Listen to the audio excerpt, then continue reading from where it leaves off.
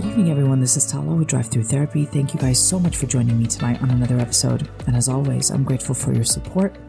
I'm just so grateful for you guys. It is sometime in the end. It's the beginning of March, actually. It's the beginning of March. So I'm grateful to be publishing right away, or at least recording right away, because it takes a bit to edit. I'm excited. I've been waiting on this for a little bit just so I can gather, the most important part of this topic. Because sometimes I play it in my head over and over until I get it just right. And I think today I have it with the best intention and the most precise.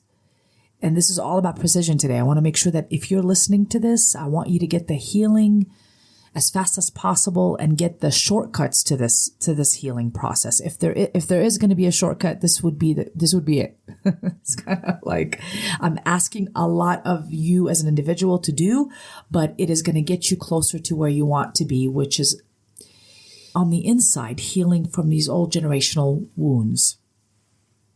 When you have a mother-daughter relationship, most of the time, it is a generational wound, I found. This is from my experience of working as a therapist, talking to a lot of women and a lot of women that have had toxic mother-daughter relationships.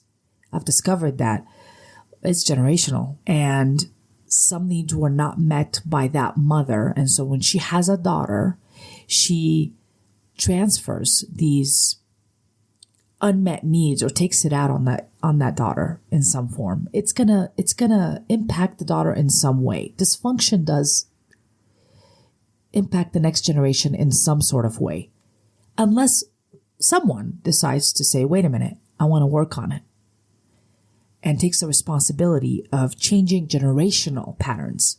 I want to take the opportunity in this moment to say thank you so much for trying to do this work, this mother-daughter work. If you are the daughter of this generational pattern that is toxic, you are getting an opportunity to change it for the next generations to come. So you're not just changing you are changing generations to come, to get healthy, to have memories in healthy mother-daughter relationships. But somebody has to take responsibility for changing that, and that would be you who is listening right now. So thank you for doing that. Thank you for the generations to come, because it's going to have this wonderful rippling effect that is going to be experienced beautifully. So we're not trying to get rid of, we're not trying to forget, because forgetting is not healing. We're trying to transcend or outgrow. That's the purpose of this episode, and really where I want you to go with your healing is to transcend. That's how you're going to know or measure progress with. Am I able to transcend or outgrow this moment or this interaction with my mom? Now, what are we trying to outgrow specifically when it comes to our mom?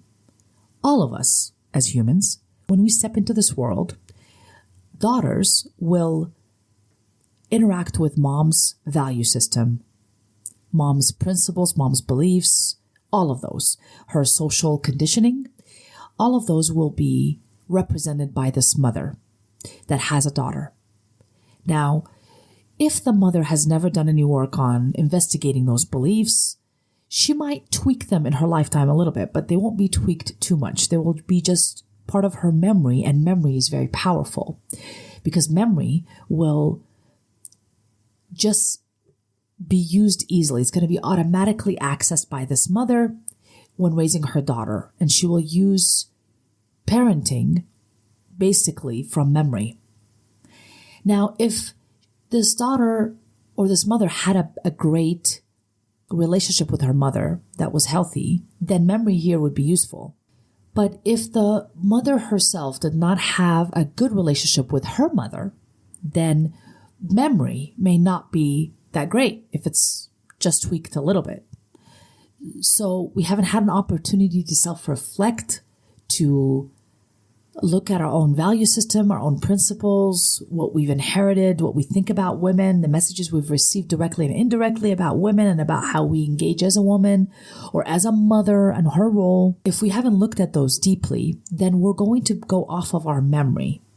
So if I'm a daughter born into that home with this type of mom that hasn't really reflected on her past and may not have had a good relationship with her mother, what's going to happen is that I'm going to be the recipient of whatever that value system is that mom believes in and mom has inherited.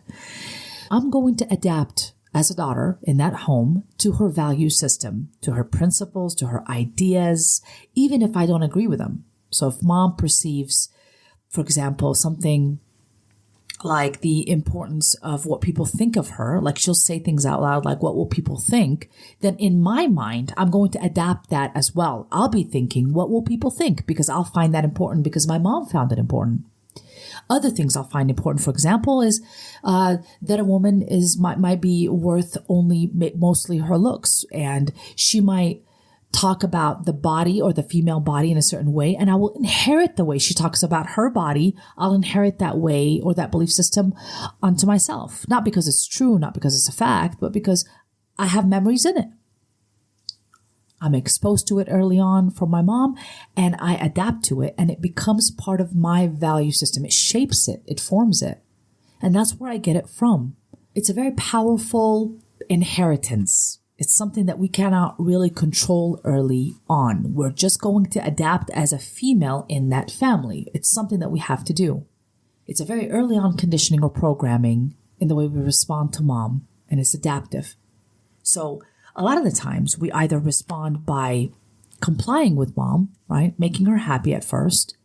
But a lot of times you're going to start seeing this discrepancy start to be apparent between mother and daughter around teenage years. The daughter will start to rebel significantly with mom. Okay. She'll now start to stand up because now she knows mom is possibly not looking out for daughter in some way. Or daughter might recognize that mom is more judgmental, perhaps, or her value system is repressive. All those she might not be able to express, but she recognizes it. And so she'll start fighting or having resistance towards mom around teenage years is when I find it.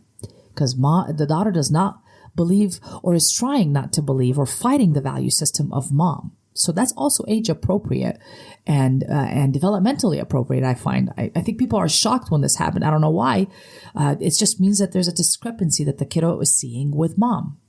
Somehow she believes that mom is not in alignment or looking out for daughter. And so daughter will let her know. So again, there's going to be acting in two extremes. There's going to be either I'm going to fight mom's value system, or I'm going to comply with it or people please or highly be codependent with mom. I have a very codependent relationship with mom where I'm going to call her all day long, ask her what she thinks. In my head, I'll even think as an adult, what will my mom think? What would my mom pick? What would my mom say? Like I hear grown women actually reflecting this way internally. And they're saying this out loud to me and they think nothing is wrong with it, right? It's like, this is what's normal. This is important. I want you guys to know that we cannot forget mom's value system. Whatever she relates to us is important, is valuable, is high priority. We will accept it to be so.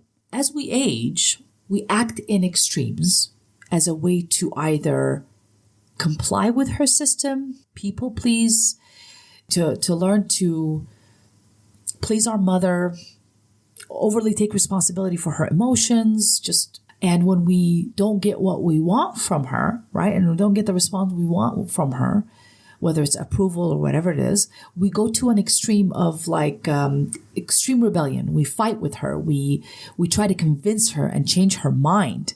At which point, either extreme, I want you to know this, okay? Either extreme, you are still complementing her value system. You are still held prisoner by it. Either way, whether I'm fighting against her or complying with the value system, I am still complying with her value system. I'm still thinking it's part of my world. It's pretty important because it's taken my energy somewhere. Whether it's fighting or complying, it's still using my energy. And I can't go beyond it yet. Now, as an adult child of that mother, right, and as adult daughter of that mother, we are going to go back as an adult and continue to perform these strategies, right? Or these ways of adapting towards mom. It's going to come subconsciously. It's like almost an automatic thought. As a matter of fact, it is an automatic thought, an action to where I respond to my mom.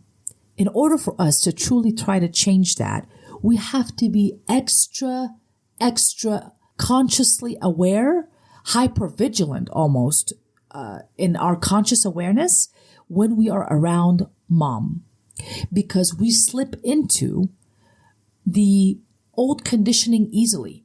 So if you're not aware that you are in your healing process and that you are trying to do things differently, you're going to get caught up in this every time emotionally, and emotionally invest in the outcomes, and emotionally can try to convince mom, try to comply with her. And again, it's going to be disappointing because if I don't get the response I want from mom, I go back to being that 7-year-old girl who's throwing a tantrum, or that teenage girl who's like fighting back and trying to convince her and change mom's value system. And essentially, we want to change mom's value system in order for us to get the healing. I want that to just be very much noticeable in our psyche, and we want to stop doing it. We don't want to change mom's value system. We don't really need to change it in order for us to get our healing. We're going to get our healing even if mom's value system never changes. Mom does not have to change an inch for us to get our healing. But the way to do that, the way to truly do that, is to transcend mom's value system.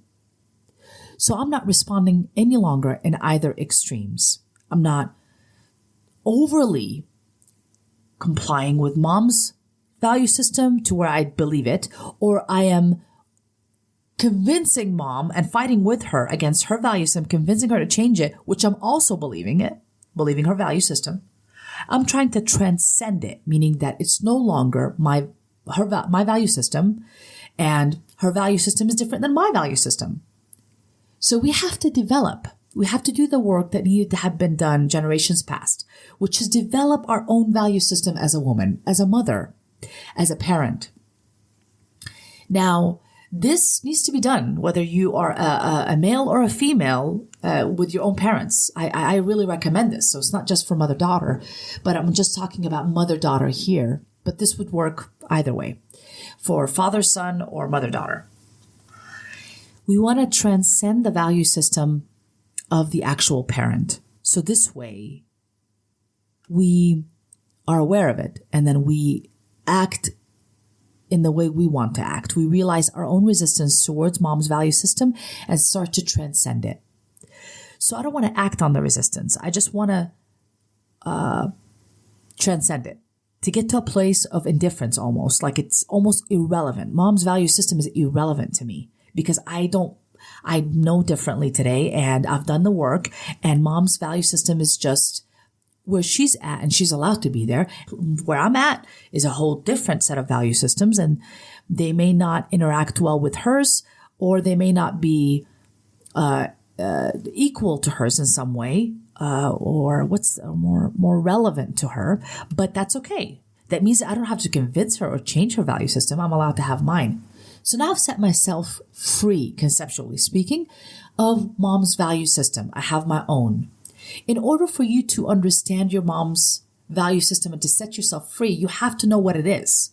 So this is the work that you sit with yourself and you write down, what is mom's value system? What does she believe about herself? What does she believe about women, about people? What did she believe about me? What triggers my extreme responses with mom? What am I trying to change her mind about? You know, what's important to my mom? I write a list down of what's important to her, what's valuable to her, what she believes is valuable to her. Those are the things I write down. And once I'm doing this work, then I get to identify, do I want to keep this value system, or do I want to change it within me? Not out here, not with mom. Do I want to change it within me? I need to do the work. I need to shift inward. No longer am I trying to tweak anything outside of me because I cannot control any other human being. I need to shift inward and do the work on the inside of me to change, to redo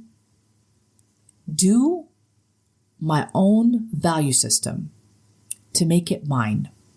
So this way, I'm not resenting anybody anymore. They're not holding me hostage. I am a free will that has established my own value system, and this is what's important to me.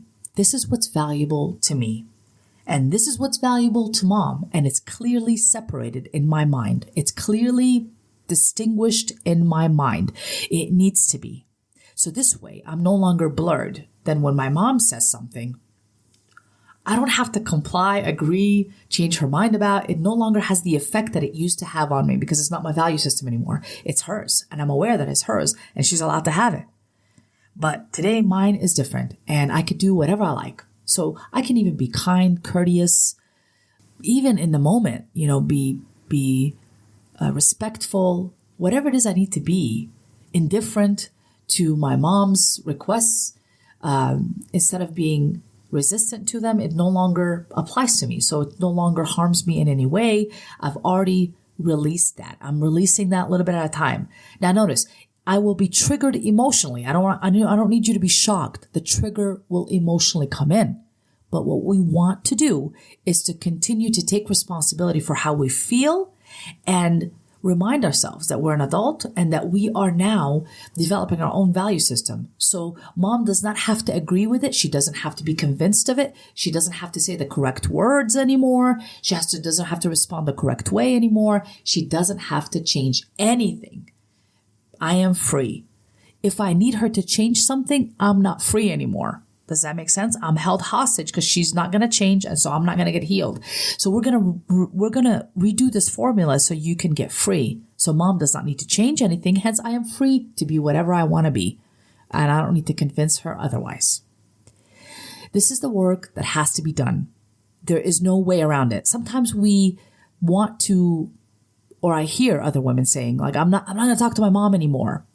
I don't know how possible that is. Like, if my mom is a serious addict and she's just very toxic and I can't talk to her anymore and there's no reason why she needs to be in my life, I understand. Please keep that boundary. However, let's say my mom is a great grandparent and that I have children and she's a wonderful influence on them.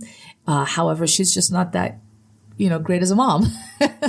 Then in this case, which is very typical, in this case, I don't want to completely stop talking to her. But I think we are good at running or avoiding, right? Because if we can't control mom, we don't think of any other option. And today I'm going to give you the other option is that we have to shift inward now. We take responsibility for changing ourselves. We can't change the world outside. It just now forces us eventually, after so much frustration, to go within and change ourselves. And this is the calling to do so. If you are waiting for it, this is it. The calling to shift inward. So this way, I can respect my mom as a grandparent, but I know that mom as a parent was just not that great, but it's okay. Like, it doesn't harm me anymore. It's like I'm grateful for what she can offer, and I respect her, and I respect her value system works for her. But for me today, I've got my own. I don't need to flaunt it. I don't need to use it as a weapon. It is just, it is what it is. And I'm set free. And that's what I want for you. That's what I really want for every mother-daughter relationship to be. One that is freeing, and that generationally, the past generation does not necessarily have to heal. I don't have to convince them otherwise. But today, I can heal so I can help the next generation to come. And it has a more healthy ripple effect.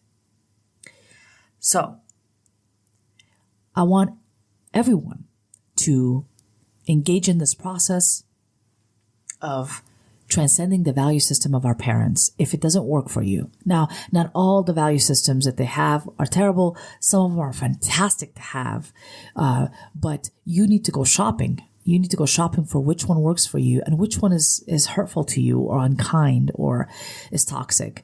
And both are allowed to exist in the same parent. And you're allowed to shop for the one that you want. Today as an adult, and even as a child, even though you didn't know it, you have free will to decide and create whatever reality you want to live in. So I'm giving you that power back. Don't let anybody take it away from you. You have always been a creator on the inside, a creator of worlds. So create your own world and do it intentionally. Finally, I do want to mention a part about the healing process.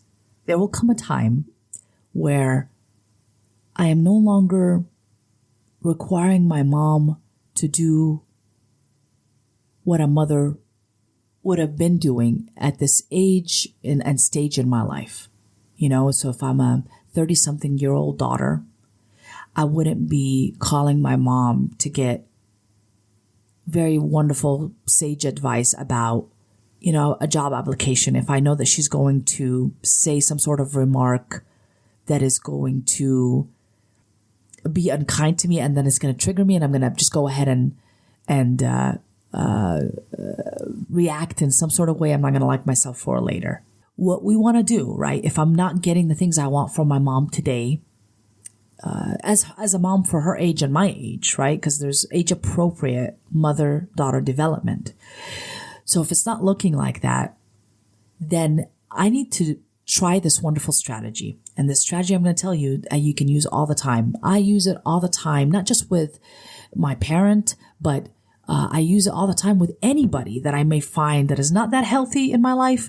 I use it in my head to figure out what I need to do with them. So this is how it works. So let's say my mom is toxic and let's say I want really good advice about, what to do in my relationship. Now, what I'm going to do is in my head, because I am the creator of worlds and realities in my head, that I can actually develop this idea of a mom on the inside, the healthiest, highest version of mom on the inside, the one that's really healthy, the one I've always wanted on the inside. And I can ask that mom on the inside, Mom, what should I do? Or what is your advice about me in this relationship? And I want the highest version that I've created of my mom on the inside, the healthiest one I could find, to help me respond to that. So this way, I can feed myself what I need or what I'm asking my mom to do. I'm actually doing it for myself, which is actually the job for all of us today, is that I'm really trying to fill those spaces in, those needs in a very self-accessible way that I can access anytime I want. Now, what would the highest version be of that mom? What would she tell me about my relationship? What kind of sage advice would she give me? And that's what I would engage in. You could do this with anybody. You could do this with an ex-partner or a current partner. Then let's say that they're toxic and they're unkind. What would the healthiest version of them say to you? Would they say, I wish you the best and I want you to do what is right for you. And because I'm not thinking correctly, I want you to do what feels good to you. And I know that you will not resent me for that. So please do what you need to do. This is the highest version of and healthiest version of someone. And we engage that. We kind of know it intuitively, and we engage that within ourselves, and we use that to fill in those answers or those needs that we want to meet within, right? So all of it is happening internally. The shift is truly internal. It is not external. We need to move from the external to the internal. That's what we need to do. This is the shift that needs to happen, friends.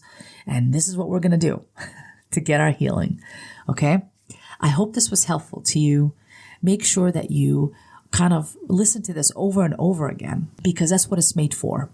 I'm getting into your ear and your mind and helping you and staying in your ear all day long and helping you along the way to meet your own needs, to realize that you are the source of everything you've ever needed on the inside. Everything you've ever wanted to be, everything that you ever wanted to have is truly on the inside of you. It is not looking for it externally. It's truly on the inside.